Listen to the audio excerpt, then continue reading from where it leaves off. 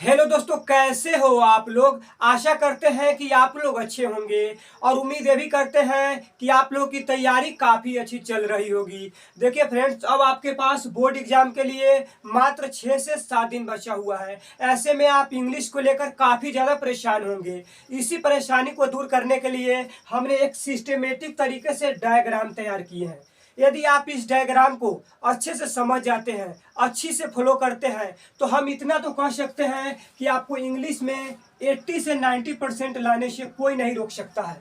तो चलिए ज़्यादा देर न करते हुए इस वीडियो को शुरुआत करते हैं।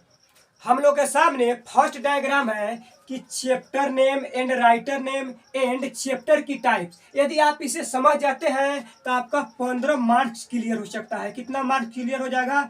तो 15 नंबर आसानी से क्लियर हो जाएगा। यदि आप सिर्फ प्रोज सेक्शन का और पोइट्री सेक्शन का chapter name and writer name अच्छी से याद कर लेते हैं तो आपका 10 मार्क्स क्लियर हो जाएगा। ठीक है, 10 मार्क्स क्लियर हो जाएगा, क्योंकि आपको सब्जेक्टिव में एक तरफ चैप्टर नेम दे दिया जाता है और एक तरफ राइटर नेम, और आपको कहेगा कॉलम ए को कॉलम बी से मिलान करें। इसीलिए आप ऐसे कीजिए कि प्रोज और पोइट्री दोनों का chapter name and writer name का एक चार्ट तैयार कर लीजिए और आप उसे घोर कर पी जाइए। इससे आपका 10 मार्क्स क्लियर हो जाएगा।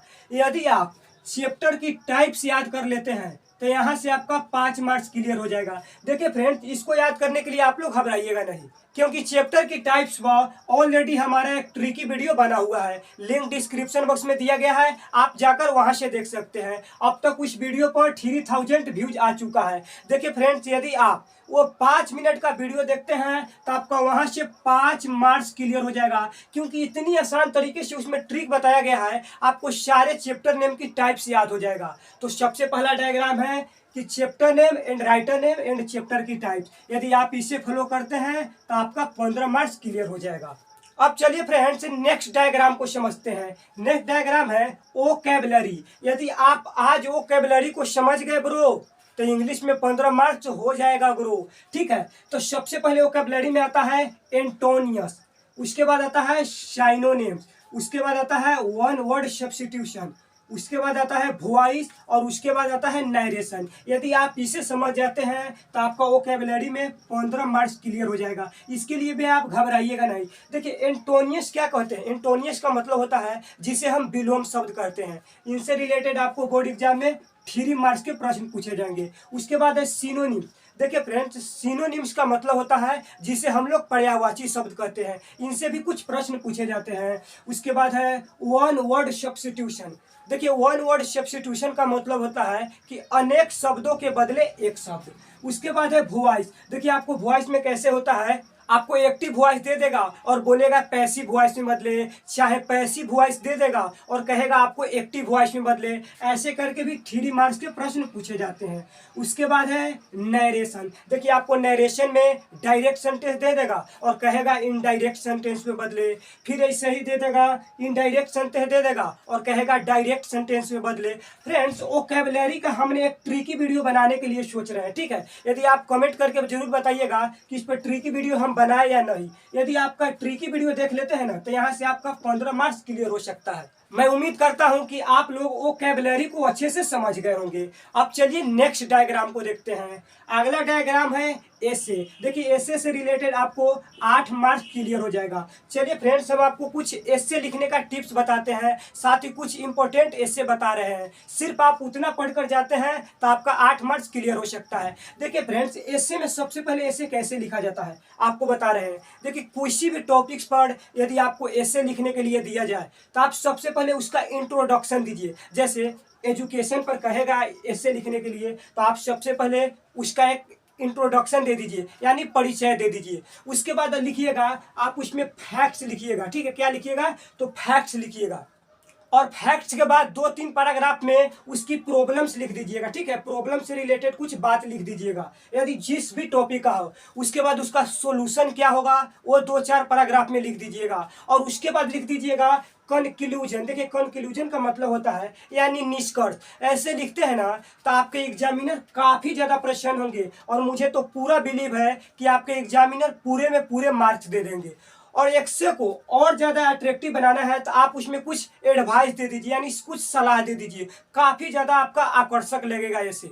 अब चलिए आपको हम कुछ इंपॉर्टेंट ऐसे बता दे रहे हैं, आप इसे अच्छा से देख के जाइएगा, आपको इन्हीं में से एक आने वाला है। फर्स्ट है आपको एजुकेशन, एक एजुकेशन पे देख लीजिएगा। उसके बाद है इन्वायरमेंट, इन्वायरमेंट पर भी देख लीजिएगा। उसके बाद है हेल्थ पे देख लीजिएगा। और फोर्थ है पोल्यूशन पे देख लीजिएगा। आप इन चारों को अच्छे तरीके से फॉलो करते हैं ना, तो आपका 8 मार्क्स क्लियर हो जाएगा और इन्हीं में से एक जरूर आएगा। ठीक है, अब चलिए फ्रेंड्स अगले टिप्स को देखते हैं, यानी अगले डायग्राम को देखते हैं। हम लोग के सामने अगला डायग्राम है एक्सप्लेनेशन। यदि आप एक्सप्लेनेशन करना सीख गए तो यहाँ से आपका 8 मार्क्स क्लियर हो जाएगा। कितना मार्क्स? तो 8 मार्क्स क्लियर हो जाएगा। देखिए एक्सप्लेनेशन का मतलब होता है व्याख्या करे। देखिए आपको किसी भी चैप्टर का लाइन दे दिया जाता है और कहा जाता है कि एक्सप्लेनेशन करे। फ्रेंड्स हम आपको एक्सप्लेनेशन करने का कुछ हिंट्स बता रहे हैं। यदि आप वैसे एक्सप्लेनेशन करेंगे तो आपको काफी ज्यादा एक्सप्लेनेशन आकर्षण हो जाएगा। सबसे पहले आप लिखिएगा कि this line has been related to, यानी जो लाइन दिया गया है वह किस चैप्टर से रिलेटेड है, वहां पे चैप्टर नेम दे दीजिएगा। उसके बाद फिर राइटर नेम दे दीजिएगा, यानी जो चैप्टर है ना उनका राइटर कौन है वो लिख दीजिएगा। इतना आकर्षण हो जाएगा आपका एक्सप्लेनेशन कि आपके एग्जामिनर देखकर काफी प्रसन्न होंगे। आपको बता दें कि एक पोएट्री सेक्शन से और एक प्रोज सेक्शन से एक्सप्लेनेशन करना पूछा जाता है, तो यहाँ से आप 8 मार्क्स क्लियर से कर सकते हैं। तो मैं उम्मीद करता हूँ कि आप लोग इस डायग्राम को समझ गए होंगे। हम लोग के सामने अगला डायग्राम है समरी। देखिए फ्रेंड्स इनसे भी रिलेटेड बोर्ड एग्जाम में 8 मार्क्स को पूछे जाते हैं। देखिए समरी का मतलब होता है सारांश, अर्थात किसी भी चैप्टर का दे दिया जाएगा और पूछा जाता है कि समरी लिखे, यानी उस चैप्टर में क्या बताया गया है उसको संक्षेप करके लिखना होता है। देखिए फ्रेंड्स हम आपको कुछ इंपॉर्टेंट चैप्टर बता देते हैं, यदि आप सिर्फ उससे ही तैयारी करके जाते हैं तो आपका एक समरी जरूर बोर्ड एग्जाम में पूछा जाएगा। सबसे पहले आप एक इंडियन सिविलाइजेशन एंड कल्चर को देख लीजिएगा। दूसरी चैप्टर है भारत इज माई होम, उसको देखकर जाइएगा।